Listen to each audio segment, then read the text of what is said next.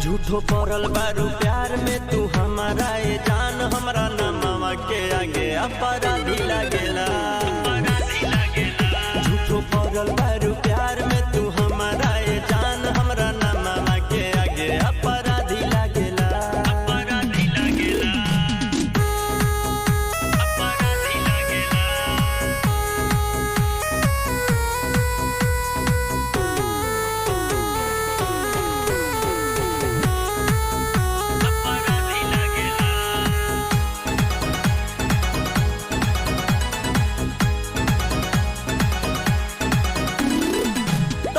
से ज्यादा दुगो चीजवा से प्यार बा, पहिला यार दूसर का हथियार बा।